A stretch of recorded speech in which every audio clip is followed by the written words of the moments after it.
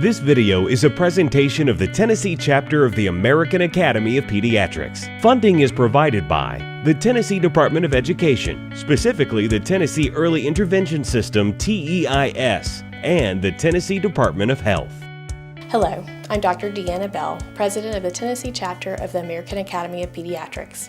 I want to welcome you to the Screening Tools and Referral Training Program, otherwise known as START. Our focus today will be the parent's evaluation of the Developmental Status Screening Tool, otherwise known as PEDS. This is the second of 6 modules. You should have downloaded the cases from the links provided that we will be discussing today. Let's find out more about what we can do to be more effective in primary care. Dr. Quentin Humberg, a developmental pediatrician and the medical director for the START program, tells us how to get started. Welcome to Module 2, the Parent's Evaluation of Developmental Status, or PEDS. This is one of 6 training modules for the Screening Tools and Referral Training program.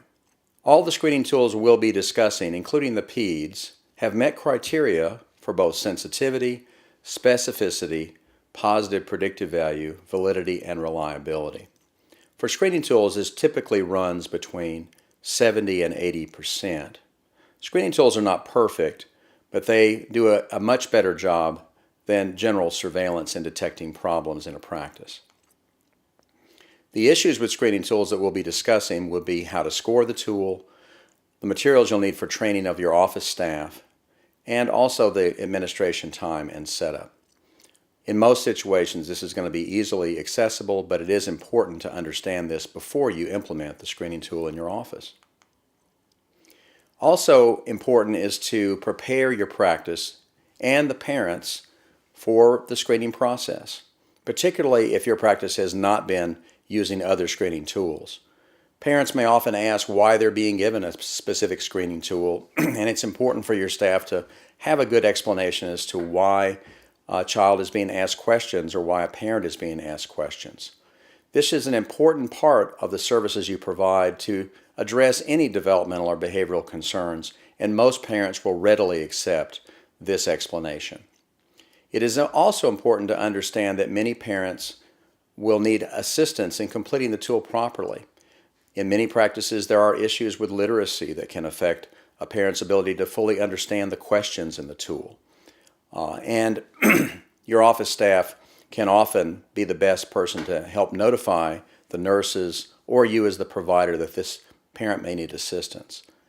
It's good to know that many of the tools, including the PEDS that we'll be discussing in this module, can be done simply as an interview for the parent, and it takes little more time. The PEDS takes about 2 minutes overall, even if it's done as an interview, and less time if the parent completes it during the waiting period before being seen. There are only 10 simple questions, and there's only one recording form that covers the birth range to age 8 for screening. It's very inexpensive. In paper, this costs only about 25 cents. And as we've mentioned, the sensitivity and specificity are more than adequate for screening tools. There are 3 components to the PEDS. There's a response form that will be given to the parent at each visit. It has 10 basic questions that we'll go over in a moment. There's also a score form on a second page and an interpretation form on the back of the score form. These are for you to document the findings and also to determine what actions might be needed as a result of the parent's responses and the score. Your form that you've downloaded should look like this. The PEDS response form has 10 simple questions. 2 through 9 will have basic developmental questions, and questions 1 and questions 10 are the ones that require more interpretation. More about this in a few minutes. The first question is a big picture question. As we discussed in the science documentation, many children are not being asked the basic question of, do you as a parent have concerns about your child's learning, development, or behavior? This is addressed in question 1, and as a result, the parent can write a response here or even leave it blank. Interpreting this question is the hardest part of the PEDS in terms of how to score this particular tool. Questions 2 through 9, as you look through those, are much more relevant to development. They each cover a developmental area or a skill area in the birth range of birth through 8. Question 10, again, is an open-ended question and often elicits questions about the child's health, hearing, or other issues that we would call an oh by the way sort of an issue.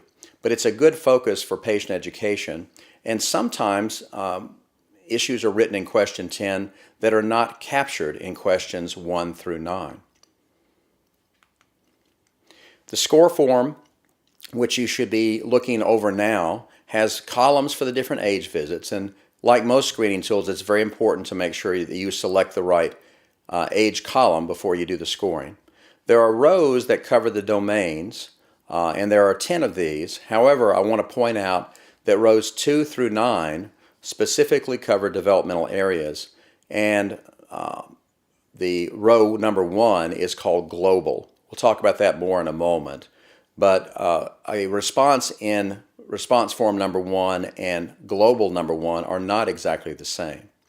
The other thing to notice on the form would be the difference between the shaded and the non-shaded boxes. These are the reason that this screening tool has been validated and indicate that when parent concerns fall into a predictive concern shaded box, there's a likelihood that this may indicate a diagnosis of a developmental behavioral learning concern for that particular child. It's also important to note that non-shaded boxes don't indicate non-problems, that these are concerns that have to be addressed, but they're not necessarily predictive of a long-term developmental issue with the child. The score form, again, shows how the validation changed the predictive boxes over the age range. You'll notice that a lot of the issues with a child's receptive language is not really predictive until the child gets to the preschool age. Likewise, social emotional concerns in very young children are often predictive of a problem that needs further addressing, and so on. Notice that other and global are always listed as predictive concerns, and that's why it's so important that question 1 and question 10 be scored correctly. Let's take the case example you've downloaded, little Elmo, a patient that was in our office that's 12 months old. We want you to take the PEDS response form and also the score form side by side and take a few minutes to go ahead and score it. The scoring is as follows. I'd have you on this first case to start with number 2 on the response form. We'll go over number 1 in just a few minutes. And note if mom has checked yes or a little on that particular response. That will receive a check in the corresponding box on the score form. Leave no responses blank. Once you've done this, add up all the small shaded boxes or predictive concerns in the large shaded box at the bottom of the score form in that column, and then record the total number of small non-shaded boxes in the same way in the large non-shaded box at the bottom of the form. This will complete the scoring. Please pause the video while you do this and review the PEDS on Elmo. Let's look at Elmo's response form. Notice that on question number 2, do you have any concerns about how your child talks and makes speech sounds? Elmo's mother circled a little and wrote underneath, will say dada, but doesn't say mama. It's important to recognize that we're not trying to interpret the responses that the mother gives in this situation, only record that a little justifies a check in row number 2 on the score form. Mom circles no and no on numbers 3 and 4. And then we move right on down the form. Mom circles yes on number 5, which is, are you concerned about how your child uses their arms and legs? On the score form, this is listed under gross motor, and mom notices that he's not walking yet. Again, don't make any clinical interpretations based upon mom's responses. Many 12-month-olds are not walking at 12 months, but this concern still needs to be addressed and will be as part of your overall examination. Mom circles no on number 6 and 7 and tells us a little on number 8 concerning his ability to do things for himself. That question is typically not designed for younger children, but many parents, when they have concerns, will put concerns in more than one area. If you'll notice, mom says Elmo is still not walking alone. The important part about the way the PEDS works is that if mom endorses a concern, in this case gross motor, in an area that's not on the gross motor row, you're still allowed as a clinician to note that that's where that concern goes. The same thing with questions number 1 and number 10. In this case, mom circles no on number 9 and none on number 10. Let's go back now to question number 1. That's, again, the question that covers the area of learning, development, and behavior and is very broad-based. The purpose of this question is to read it and see if the response that the parent gives would fall in any other area of the PEDS, typically in one of the 2 through 9 areas on the score form. One of these actually does. Mom says that Elmo is not taking steps. That would be a gross motor concern. It would then fall under the gross motor section on the score form, as we'll see. You don't get extra checks for extra concerns, but it's important to notice that Elmo's mom is very concerned that he's not walking yet. She has mentioned it to us 3 times. If we didn't discuss this as part of the visit, she would definitely feel like she hadn't had all of her needs met during this visit. The other concern she puts under number 1 is that Elmo doesn't have teeth yet. Now, you may know that not having teeth at 1 year is uncommon, but it's not entirely rare, and in this case, it is not really a developmental behavioral learning concern.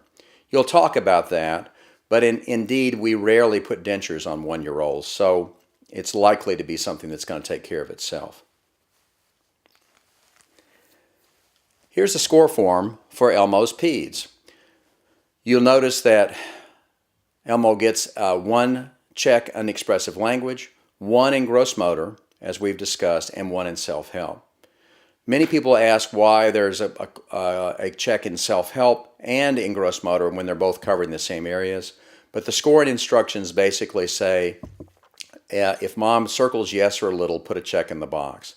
Let the tool do its work and it'll help us guide us to the right decisions.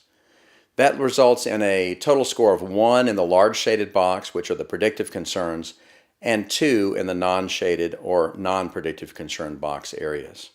Turn the form over now and we'll talk about interpretation. The interpretation instructions tell us if there are 2 or more shaded boxes endorsed, we should follow path A on the interpretation form. Elmo's form shows 1 predictive concern on the score form, so we should follow path B. The other paths are also listed, but let's go through Elmo's results. Elmo's form shows path B, which says we should either do more developmental assessment or refer for developmental assessment. This particular practice decided to use an additional screening tool with Elmo, the Ages and Stages questionnaire, and have the parent come back and return it.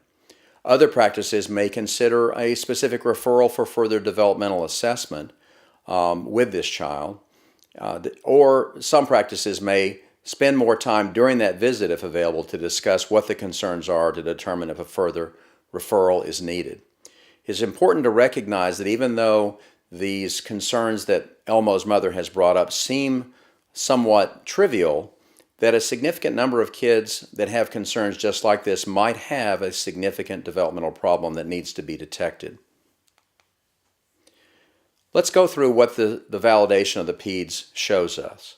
The Path A kids, which are those that have 2 or more predictive concerns, have a significant risk of a problem. It's basically at the level of flipping a coin in your office. 50% are going to have a developmental concern, and our job is to find it as early as possible. All of these children in Path A would be referral candidates for developmental diagnostic testing. We'll talk about the referral resources specifically in the subsequent module. Elmo is a Path B child, and even though mom's responses about saying mama but not dada seem somewhat trivial to many providers, the data shows that when you lump together all children with one predictive concern, 1 in 3 are going to have a potential developmental problem.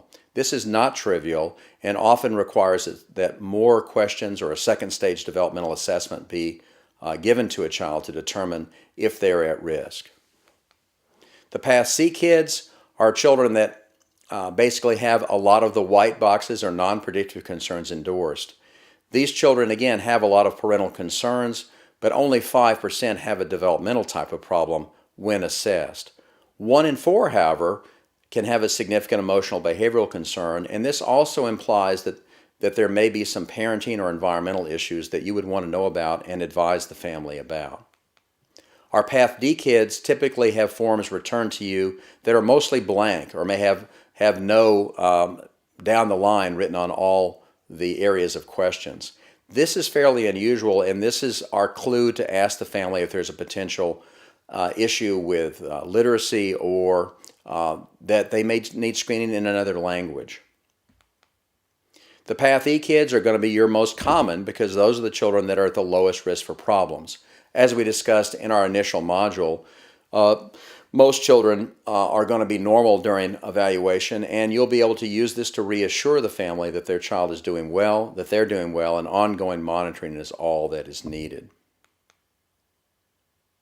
Now that we've gone through a basic 12-month evaluation with the peds, let's take another case, Riley, a 2-year-old that had some significant concerns from the mother, and in our initial office visit, her only verbal history was that he didn't say enough words, he didn't seem to behave when he didn't get his way, and he often had tantrums and didn't seem to listen. His PEDS form is the second one you should have downloaded. Please take it out now and take a few moments to score it in the same way that you did the first PEDS. You can use the same score form as you did with Elmo, but just find the appropriate age column. Riley's 2, and again, start with number 2 on the response form. But in this case, look at number 1 and see how you would score number 1 based upon the parents' responses. Remember that yes or a little receive a single check in the corresponding box in the score form, and leave your no responses blank. To get your total score, add up the total number of predictive concerns in the shaded boxes and put in the large shaded box at the bottom. And for the non-predictive concerns, add those up and put them in the non-shaded box of the score form. Let's go over Riley's form. Mom notices under number 1 that he always likes to play alone. We'll discuss that one again in just a few minutes in terms of where you would put that on the form. But Mom clearly endorses that she's concerned about making speech or speech sounds, and she's also concerned about his ability to understand what others say. That's receptive language.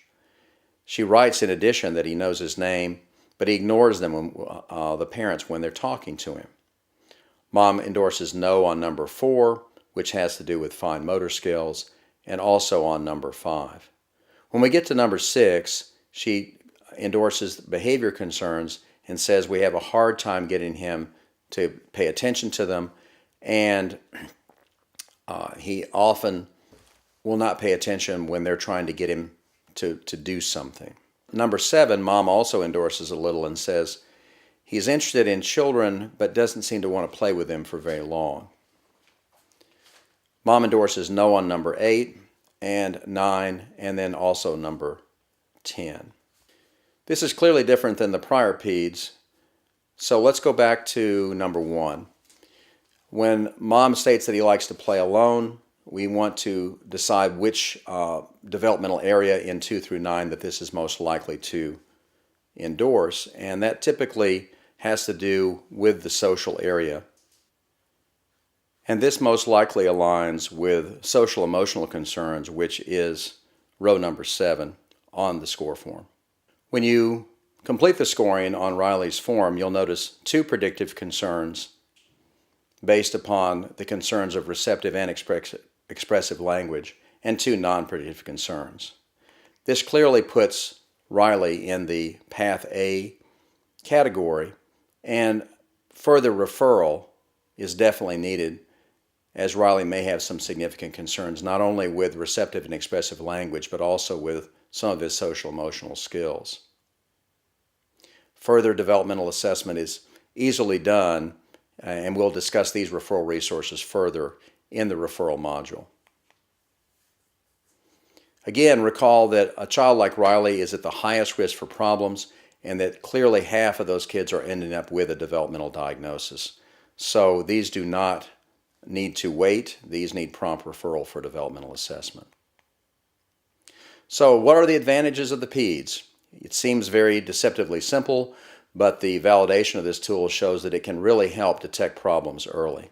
It also can be used to focus the visit, and because it really addresses concerns as the parent sees them, it helps avoid a lot of oh by the way questions that can slow down the efficiency of your office. Patients like it, and it improves patient flow. Some additional resources about screening are currently available through the American Academy of Pediatrics. The Screening Technical Assistance and Resource Center, STAR website, provides a lot of background information that will complement what you're learning today. START, a journey of 1,000 miles begins with a single step. More information is available at our website, www.tnaap.org. This has been a very informative presentation for me, and I hope it has been for you as well. Thank you for joining us.